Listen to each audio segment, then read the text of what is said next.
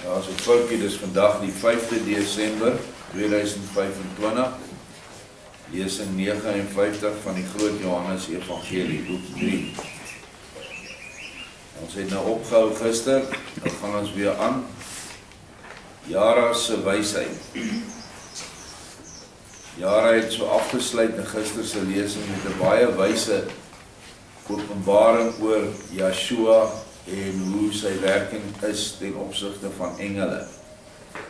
Nou sê Mathael, wat self 'n wyse man is, hy het dit by Yeshua gekry 'n paar dae tevore. O jy klein Jara, kyk tog eers aan, die wysheid het ek werklik nie agter jou persoontjie gesoek nie. Dit is al goed, my liefste van Genesaret. Maar nou sou ek wel eers van jou wou weet hoe jy eintlik bid. Onthou, sy is 12 jaar oud. Jara sê, ek verplaas my met al my gedagtes en gevoelens in die diepste van my hart, waar Elohim se liefde woon. Daardeur word hierdie gewyde liefde net so gevoed, as wanneer 'n mens op 'n swakke vuur gloed, wat nie meer vlam nie, goed dor en baie ligte brandbare hout lê. Die hout sal die swakke gloed baie vinnig so ver bring, dat daar klein vlammetjies sal ontstaan.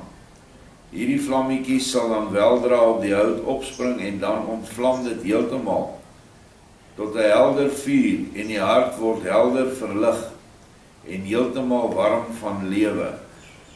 Dan eers praat die daardeur gewekte op Elohim gelyke gees in die hart. En dit is hoekom hierdie boodskap vir ons baie belangrik is want dit is hoe ons ook moet bid. Lang dawerende gebede wat geuiter word in plekke waar almal jou kan hoor, soos in kerke en in bidure, was dit vir my 'n plek wat ek moeilik kon ingesit het, was kerkbidure. Want almal het probeer toesprake afsteek. En so hard en helder en duidelik skree hulle vir Vader, wat hulle alles wil hê en wat hulle alles kan doen en ensovoorts.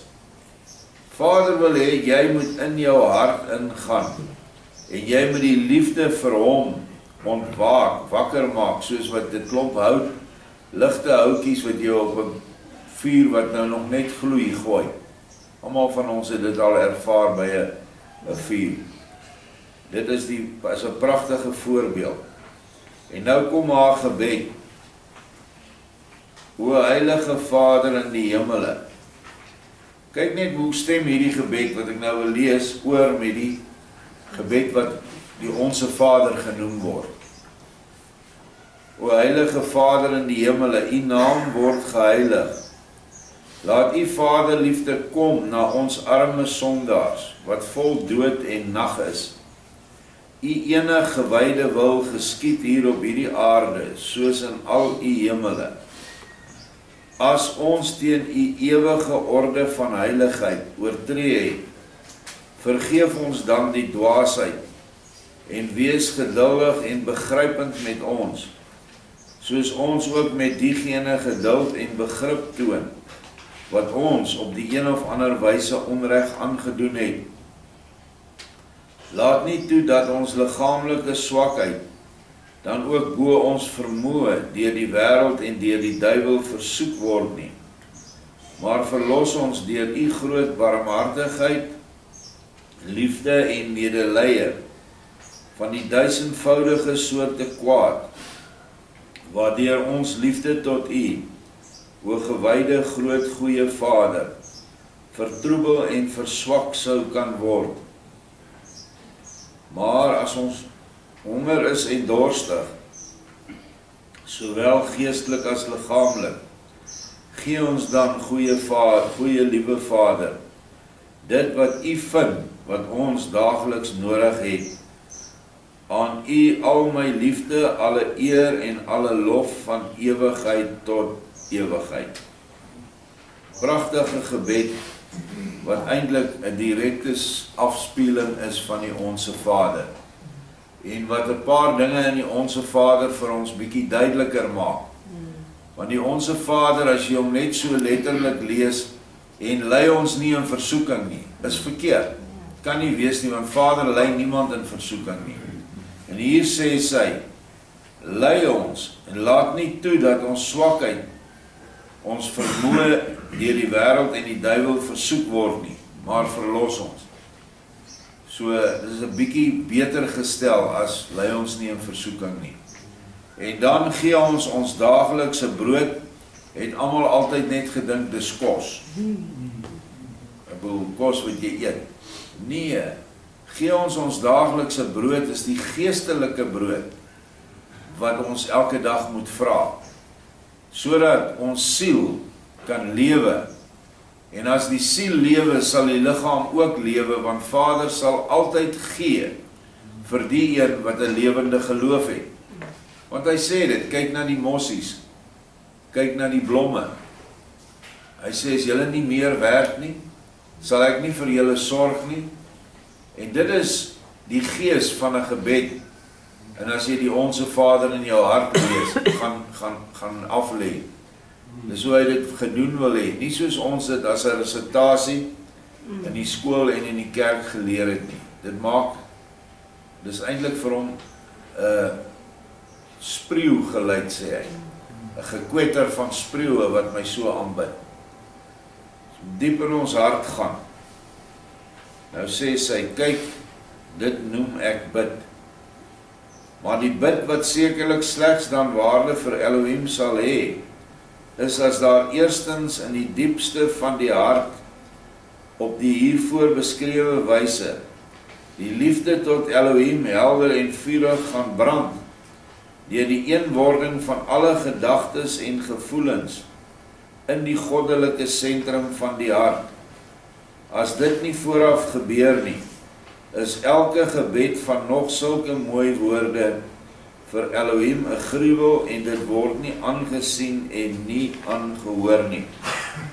Duidelik is hierdie meisiekind heeltemal gevul deur Yeshua se gees en hy plaas sy woorde binne in haar mond, want 'n 12-jarige kan dit nie doen nie. So ons kan net sê, salig is sy, want vlees en bloed het dit nie aan haar geopenbaar nie, maar die gees van die Vader. En daarom kan ons dan ook baie duidelike lering hieruit ontvang oor hoe om te bid.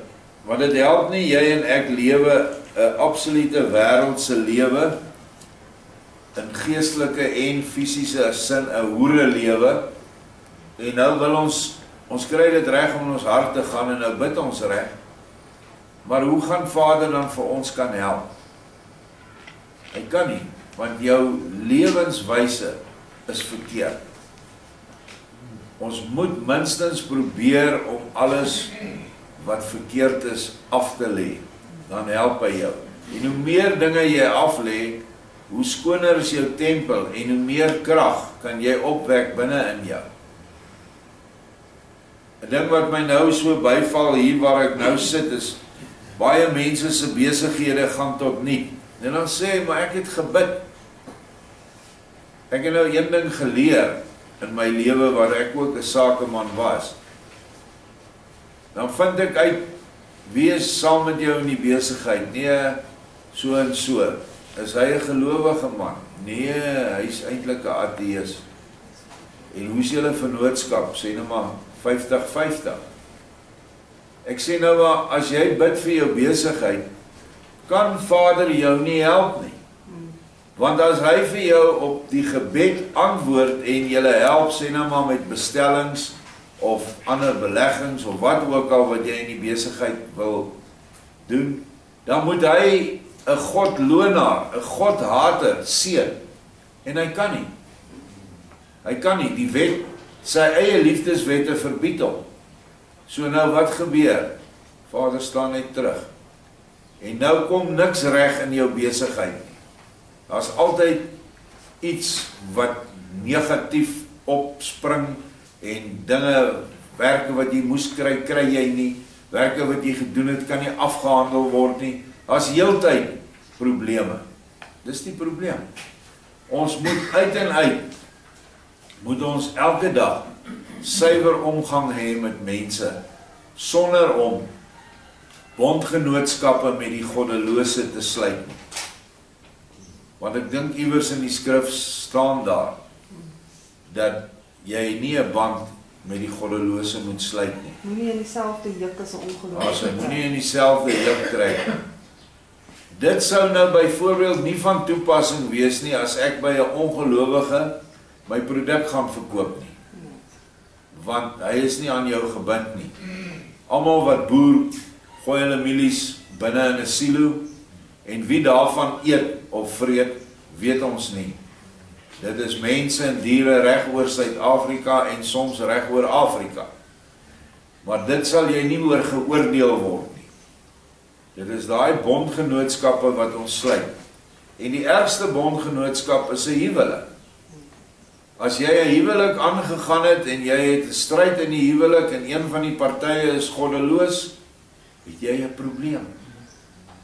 Ek weet, baie mense stuur vir my boodskappe, wat moet ek doen? Ek weet nie wat jy moet doen nie.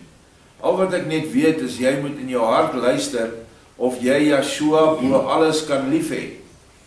Want hy sê in Openbaring, ek het dit teen jou, omdat jy jou eerste liefde verlaat het. En 'n vrou wat in 'n huwelik vasgevang is, waar die man glad nie toelaat dat hulle enige huisgodsdiens hou of bid nie, sy kan nie haar eerste liefde lief hê nie. So dis 'n moeilike ding. Maar 'n mens moet altyd luister na die liefde in jou hart vir Yeshua. En as jy dit nie kan uitleef nie, dan bly daar nie eintlik baie ander opsies oop nie. Maar ek weet, dis ingewikkeld, 'n mens kan nie oordeel nie, want daar's baie keer kinders betrokke en allerhande ander dinge. Gewoonlik in so 'n huwelik waar 'n man nou so 'n wêreldling is, hou hy die vrou presies onder sy duim. Sy het niks en sy kan nêrens heen gaan nie, want hy het alles wat in die huwelik is. Maar dis dinge waarna ons moet kyk wanneer ons bid, dat ons rein is, want vir die reine is alles rein. Want vers 6, Elohim self is 'n gees, en moet daarom in die gees van die liefde en in die helderste vlammelig van die waarheid aanbid word. Verstaan jy nou wat waaragtig bid is volgens my gevoel en my begrip? Wat ons kan byvoeg wat Yeshua in haar geplaas het. Nou sê Mathael, o lieftallige meisie, wie sou daar nou ooit by jou so 'n diepe wysheid gesoek het? Werklik waar, ek sou eerder jou leerling kan wees, en ek skaam my nie in die minste, om dit hier voor elkeen hardop en openlik te beken nie. Ja, nou verstaan ek eers jou onweerstaanbare aanhanklikheid van die meester. Dis 'n woord wat ek nou maar so om in die vertaling gekry het, is nie iets wat ons ken nie, maar is vir my mooi. Dit is 'n woord wat sê wat hy bedoel. Sy het hom nooit gelos nie, sy het altyd aan hom vasgeklou en op sy skoot gesit, so 'n klein dogtertjie maar doen.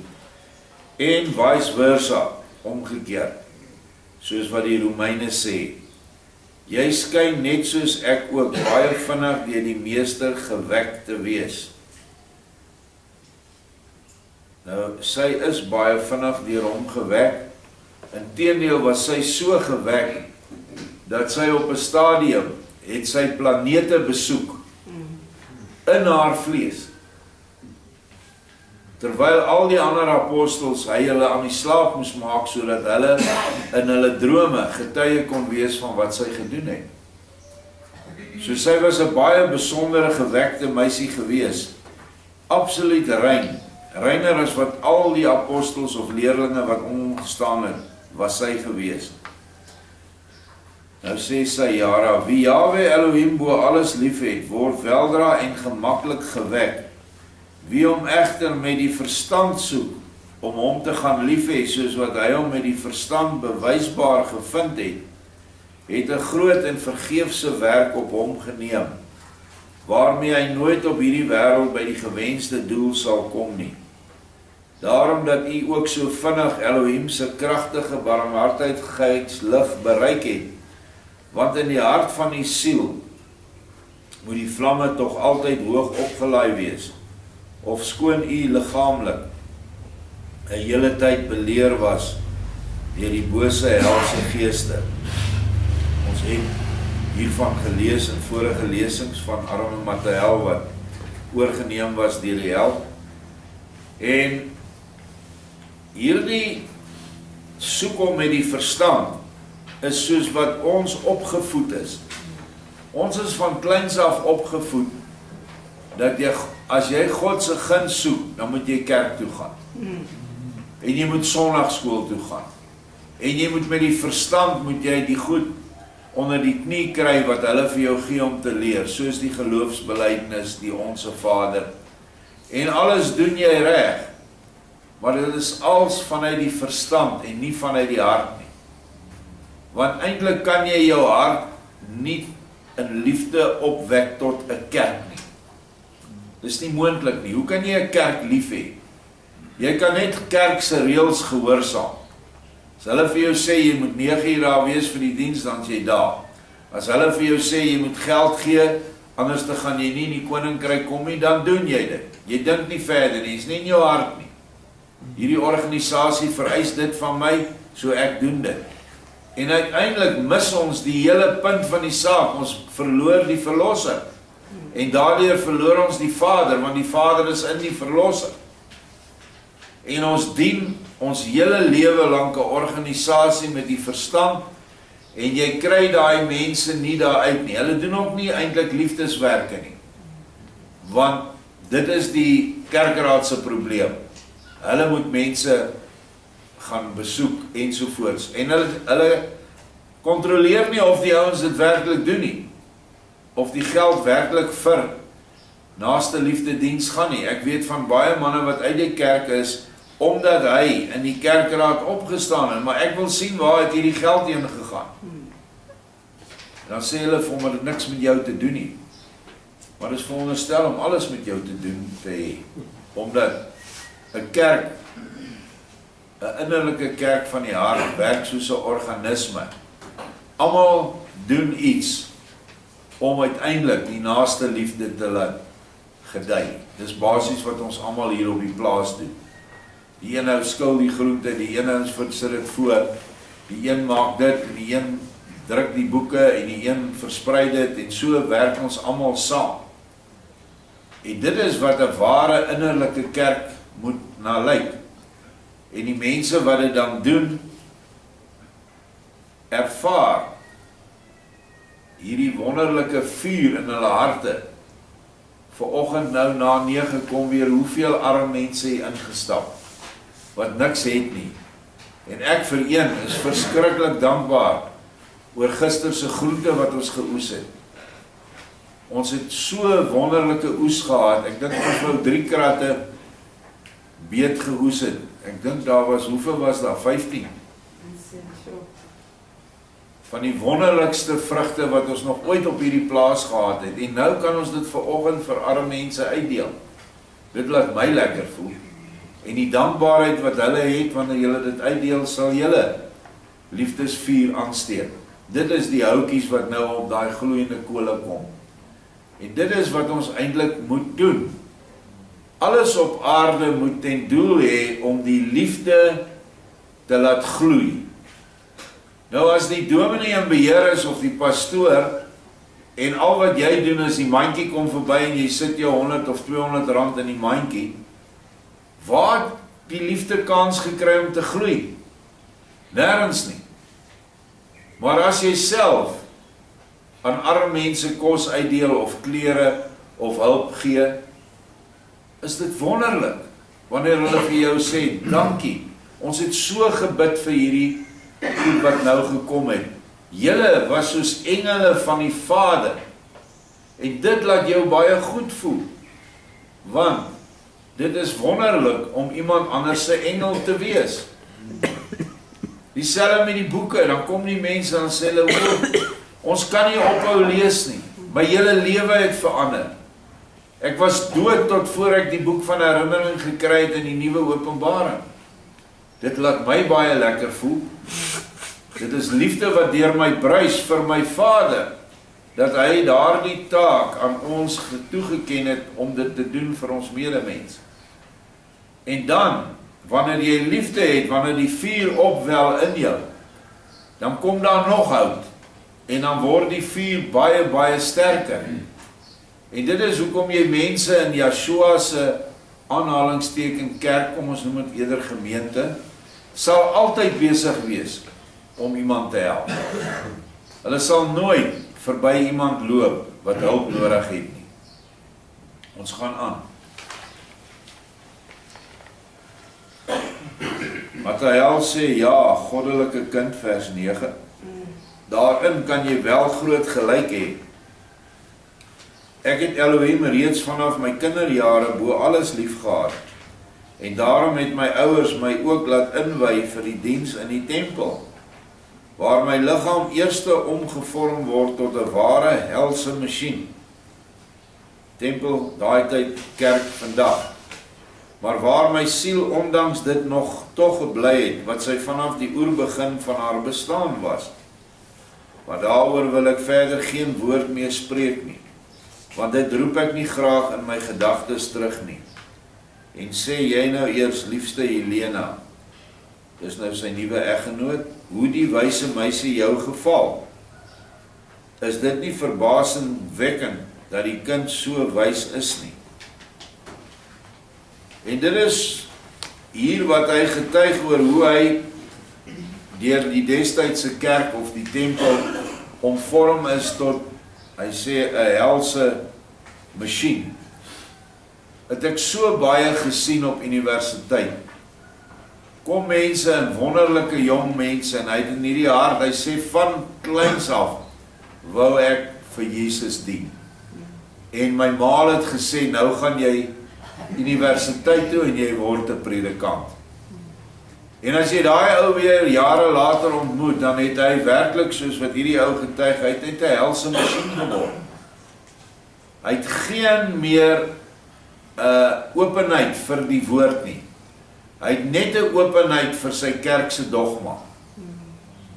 En jy kom nie verder met hulle nie, jy kry niks reg nie, want die gees wat hulle aan blootgestel was in die kweekskool is ontsettend sterk. Baie mense wat met my gepraat het, wat 1 jaar of 6 maande op kweekskool was, sê, toe ek daar kom, toe is dit net 'n klomp nonsens. Ek het gedink ons gaan die Bybel bestudeer. Hulle het vir ons gesê, berg jou Bybel, jy gaan dit nie gebruik vir hierdie 4 jaar nie. En dit is hoekom hy geloop het. So ek noem hierdie goed dat ons net baie met ons rondgaan met oop oë wanneer ons met ons geloof besig is. Ek oordeel nie die mense nie, ek oordeel die sisteem waarin mense verleiers geword het. Hulle is sekerlik self verlei deur die vorige geslag en die ander geslag voor dit. En so kan ons teruggaan. Maar tog sal Vader altyd sy waarheid ook na hulle toe stuur. En dit is 'n goeie vraag of hy die waarheid sal verruil vir sy kerkdogma. Want dan moet hy sê, ek was nog altyd verkeerd, jammer. En min mense kan dit sê. Ek dink baie keer in my eie beroep, as iemand vir my kom sê, hoorie, al julle fisika, wiskunde, toegepaste wiskunde, struktuurleer, materiaalkunde wat jy geleer het, is alles verkeerd. Jy moet nou hierdie nuwe stel reëls volg en voorwaardes. Dit sal vir my baie moeilik wees, want ek het so baie geboue en paaie gemaak, hulle staan almal met hierdie reëls. En dis hoe hulle dink. Ons het soveel mense in die kerk, en ek het soveel mense al getrou in die kerk, en begrawe in die kerk, en dit en dat gedoen in die kerk. Dit kan nie verkeerd wees nie. Maar die punt van die hele argument is verkeerd. Die kerk, nie Yeshua. Nou vra Helena, sy gee nie antwoord nie, sy sê, waar en wie is tog haar ouers? Mathael antwoord, wel, daarvan weet ons alles, en jy het haar vader Ebal, wat ook hier aanwesig is, 'n herbergier uit Genesaret, al gisterand benede, by julle 3 tente gesien en mee gepraat. Het jy dit dan al vergeet? Sê my liewer hoe jy die buitengewoon kernagtige wysheid van die meisie vind, en of jy nie ook soos ek 'n lewendige verlange voel, om net so wys te wees as sy, hierdie allerliefste bevallige kleintjie nie. Helaas, ek weet baie, maar die kind weet meer. In my hart sien ek dat haar reine bors dinge bewaar, waaroor ons nog geen floue idee van het nie. Maar Raphael skyn deur haar nie so hoog aangeslaan te word nie. Wat dink jy nou daarvan, liefste eggenote Helena? Helena sê, in plaas van opgewek en vrolik, heel weemoedig. O, liewe Mathael, so ver sal die arme Helena dit nooit bring nie. Kyk nou daai klein vonkie van jaloesie wat nou in daai meisiekind is. En sy is nie baie gelukkig dat Mathael, haar nuwe eggenoot, nou soveel dink van haar nie. Dit lyk wel of die hart van die Almagtige sonder meer in die hart van die meisie sit, want so ervaring in die sweer van die mees innerlike lewe met Elohim kan 'n mens maar net uit die mond van die Skepper self verneem. En dan is dit jou verstaanbaar dat sy die engel nie so hoog aanslaan nie. Want wat egte wysheid betref, is hulle aan mekaar gelyk. Dat die engel daarby deur die meester 'n oneindige krag en mag ontvang het, daaraan lê geen twyfel nie. Maar of hy uit liefde tot die meester meer wysheid het as die meisie, sou ek byna in twyfel wou trek. Nou ja, die rede is omdat engele kan mense nie net voer met inligting. En hierdie Raphael gee vir ons 'n goeie voorbeeld hoe engele met ons werk. Jy vra vir hom 'n vraag en dan in jou innerlike word die vraag teruggevra. Wat sal jy doen? Jy sal nou die engel vra in die komende situasie, wat moet ek nou in hierdie situasie doen? Dan sal jy die antwoord in jou hart kry, maar wat sal jy doen? Jy moet vir my sê wat jy sal doen. En so word jy geleer, en kom jy later aan, dat jy altyd die regte ding sal doen.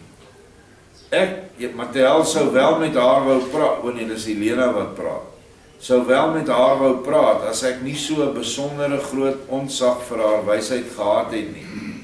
Want ons sou met 'n enkele onnosele woord, gemaklik so 'n teregwysing van haar kan ontlok, dat ons lewe lank geen woord meer sou durf uiter nie. As die meisie arm sou wees, sou ek alle skatte wil gee wat ek by my het. Maar gesien die taamlik kosbare kleding, skyn die kind van welvarende ouers te wees, en 'n geskenk van my sou by haar sekerlik nie in goeie aarde val nie. Haar ongelooflike wysheid verag elke wêreldse pragt, en nog baie meer as ons, terwyl ek dit al so verag, hoewel ek teenoor haar selfs nog nie eers 'n wysheid die grootte van die kleinste waterdruppeltjie het nie. Ek het die meisie onbeskryflik lief, maar haar nabyheid besorg my tog behoorlik angs en vrees. Maar vir die antwoord, hoe 'n mens op die regte manier tot Elohim moet bid, is ek haar tog groot dank verskuldig. Hoe sal ek die kind nou egter passend daarvoor kan bedank? Jara, wat intussen met Raphael in gesprek was, sê, liewe geëerde koningin, hou van my soos ek van u hou. Meer is nie nodig nie. En hoe ek oor alle wêreldse skatte dink, weet u wel. En dit het u ook al heel wyslik aangegee.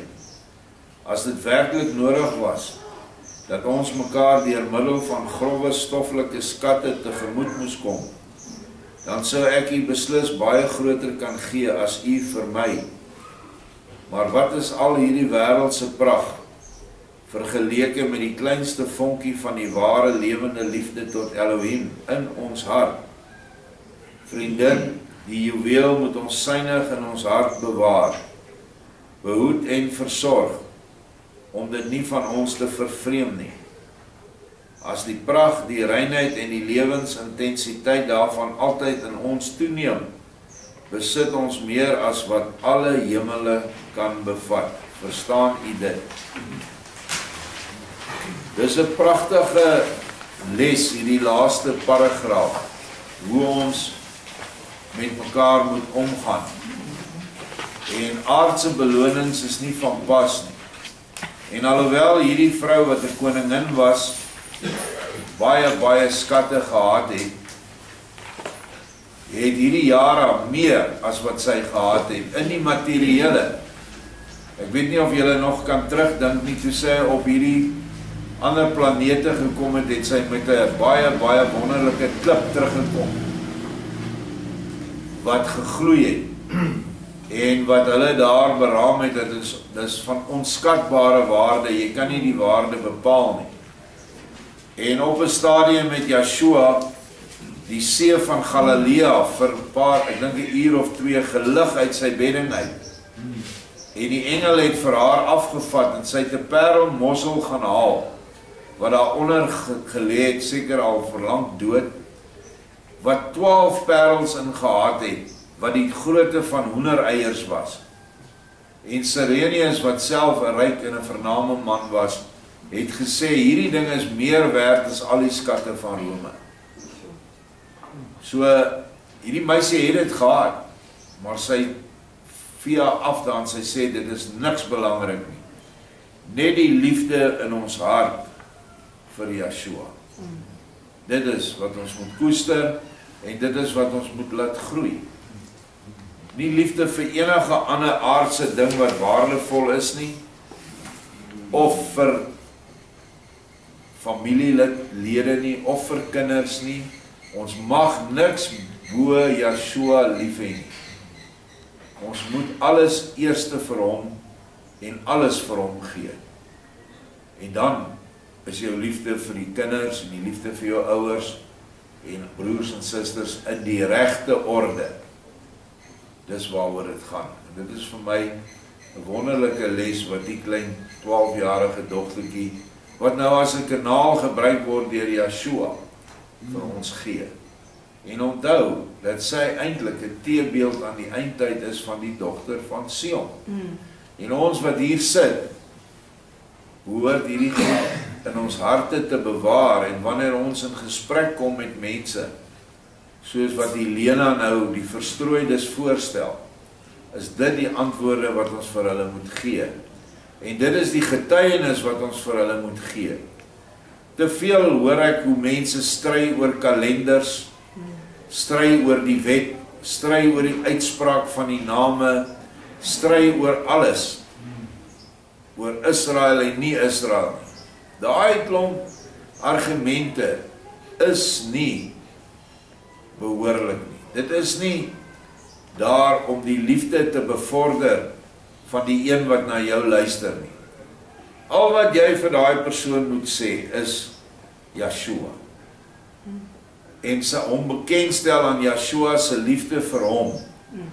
En hoe hy aanbid wil word. Wat ons ook alles nog in die Bybel kry, daar's genoeg in Matteus 5, 6 en 7, om so 'n persoon op die regte pad te kry, dat hy die hemele sal kry. Maar met hierdie boeke, wat ons nou behandel, die groot Johannes Evangelie, is daar net nog baie meer. Mag hierdie woorde ons bybly. Baie dankie. Amen.